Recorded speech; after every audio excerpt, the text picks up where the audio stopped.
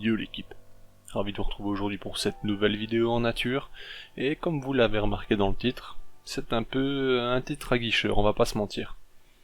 Alors il faut savoir que les conditions lors de mes balades, enfin de ma balade parce que c'est toute une journée complète en soi, du matin jusqu'au soir, j'ai bien sûr espacé les sorties, hein, je suis rentré chez moi entre temps bien entendu. Il faisait environ 24 à 26 degrés, c'était un temps pluvieux mais sans... Enfin, le soleil était présent en soi, mais caché par vraiment d'énormes nuages, un temps orageux bien entendu, assez lourd, enfin voilà. Comme ça je vous situe un peu dans la journée entre guillemets.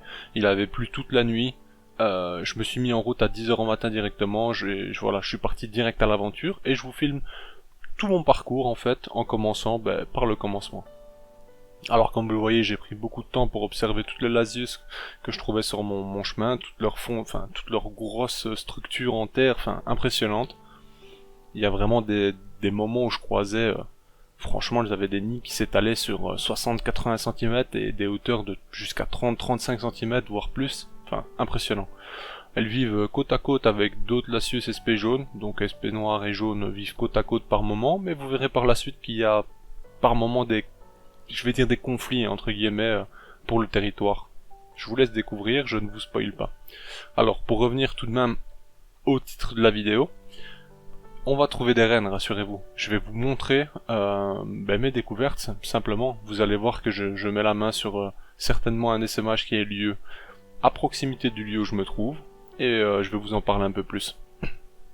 Alors du côté scientifique, on va souvent vous dire qu'il est important d'avoir un temps avec un ciel couvert.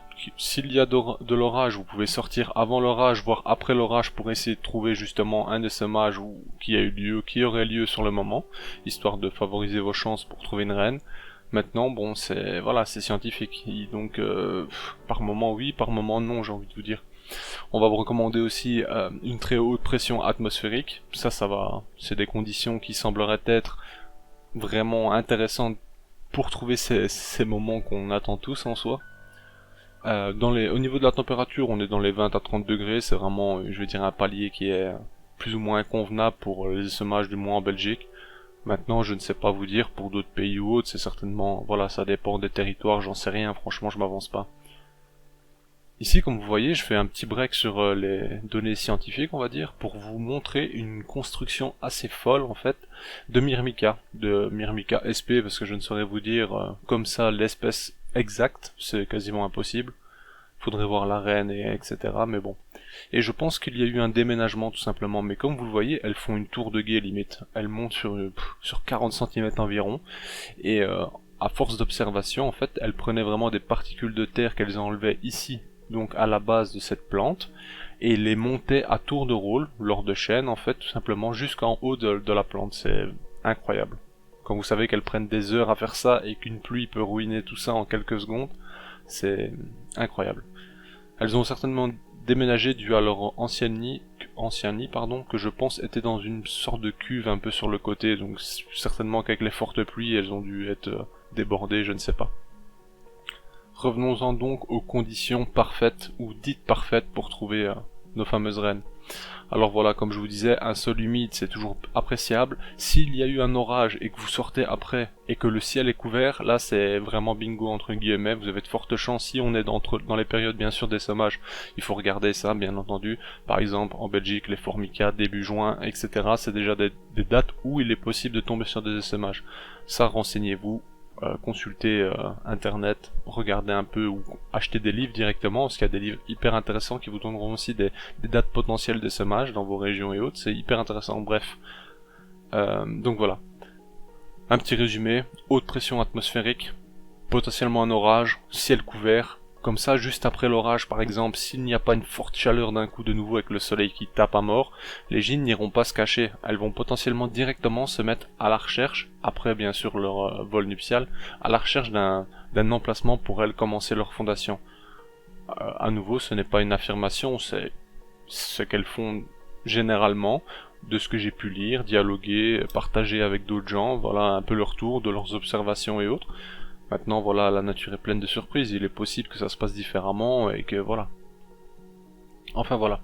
Donc moi, pour résumer, 3 jours de temps un peu misérable, orage par-ci par-là, 1 heure par jour en pleine nuit ou quoi, grosse pluie, enfin un temps un peu mitigé on va dire. Et du coup ben voilà, j'ai décidé d'aller à l'aventure parce que franchement les conditions étaient parfaites.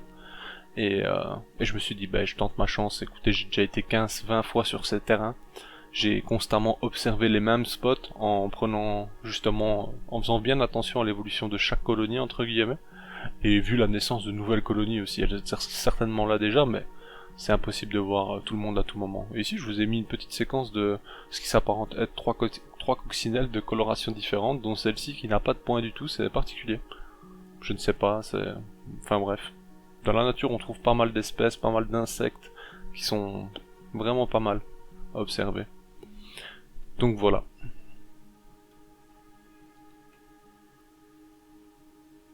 Si vraiment vous êtes confronté à une journée où où vous avez eu toutes les conditions entre guillemets pour un essaimage, comme je dis guillemets, c'est tout simplement pour vous dire que voilà, c'est pas une certitude, n'oubliez pas ça. Et que malheureusement le soleil tape à mort, alors franchement je vous conseille moi, de ma propre expérience et observation, de retourner vers 17h, 19h, enfin vous voyez quand le soleil commence à baisser en intensité, que la luminosité baisse également, là potentiellement vous pourrez trouver des gîtes qui chercheraient justement à se remettre en route et trouver un nouvel emplacement quoi. Alors voilà, ici c'est vraiment le partage de l'expérience d'un débutant qui a 6 mois entre guillemets, qui a fait allez, on va dire 2 mois de recherche un peu dans la nature. Bon, j'ai été bien avant les périodes d'essaimage, mais juste repérer des nids déjà. Vous pourrez avoir du recul d'autres personnes qui vous donneront certainement d'autres infos utiles.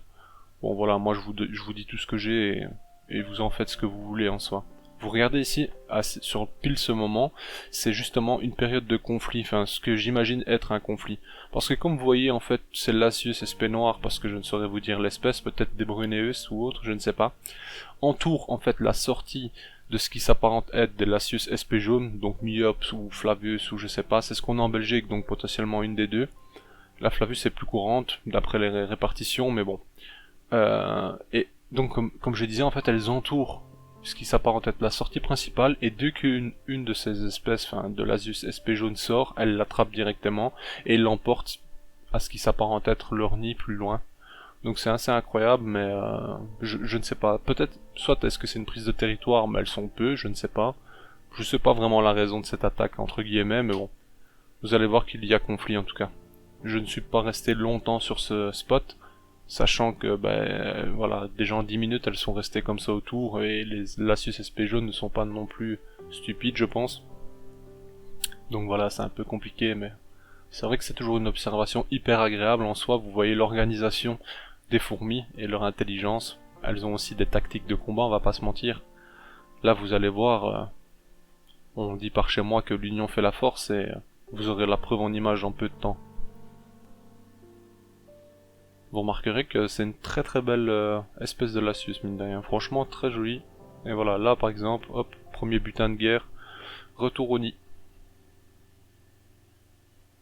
Vous avez remarqué qu'il y a aussi des Formica qui passent à côté, bien plus grandes, mais elles fuient en général, elles cherchent pas le conflit, elles s'échappent directement.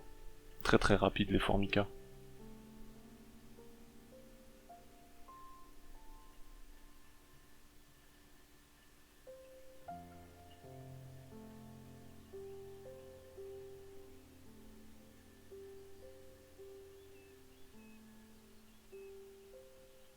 Je vous ai mis de longues séquences sur cet endroit parce que ça m'a fasciné et je voulais tout simplement vous partager le moment. Je vais faire une parenthèse tant qu'on observe encore cette période entre guillemets, cette zone. Comment je procède pour trouver des potentielles reines? Alors moi ce que j'ai commencé à faire c'est repérer tout simplement divers nids. Vous pouvez très bien vous amuser à faire des petits repérages avec de la nourriture pour trouver ce qu'il y a comme espèce dans votre région, dans vos passages, vos allées ou autres. Vous déposez un peu de liquide et vous revenez 30 minutes, 1 heure après pour observer justement quelles fourmis sont venues à la rencontre de ces liquides. Ça c'est une solution. Vous allez voir d'ailleurs que j'ai fait un test, si vous l'avez vu précédemment, j'ai mis une boule de coton imbibée d'un petit mélange que je réserve à mes fourmis justement, et vous allez voir quelle espèce est venue par la suite en grand nombre dessus. Et vous pouvez faire ça dans divers lieux tout simplement, comme ça vous prenez connaissance des espèces qui vous entourent. Et par la suite, vous retournez voir régulièrement. Si vous voyez voilà une belle évolution, parfois avec un peu de chance on peut très bien apercevoir des sexuées au-dessus du nid, ou du moins une qui sort et qui rentre, ou enfin il y a plein de possibilités. Ou si vous avez une pierre, bon voilà, c'est pas recommandé de les déranger, de lever un caillou pour voir comment ça se passe en dessous, mais voilà, la curiosité fait que des fois on va le faire et on va pas se mentir quoi. Mais et là vous pouvez également surveiller du coup de cette façon l'évolution. Regardez ici par exemple.